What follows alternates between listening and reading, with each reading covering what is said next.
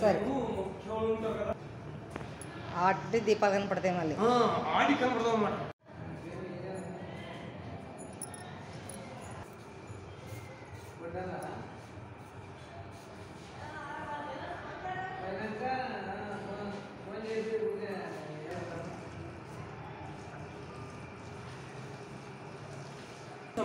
జీవ సమాధి ఎన్నేళ్ళ 300 సంవత్సరాల.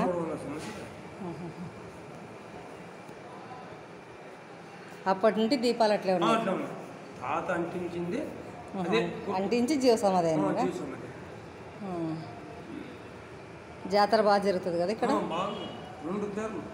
2 తేర్లు ఉంటాయి. ఇద్దరా అక్కడ? గురువు అని సిద్ధేశ్వర గురువు ఆదిలోకి రాదులోకి.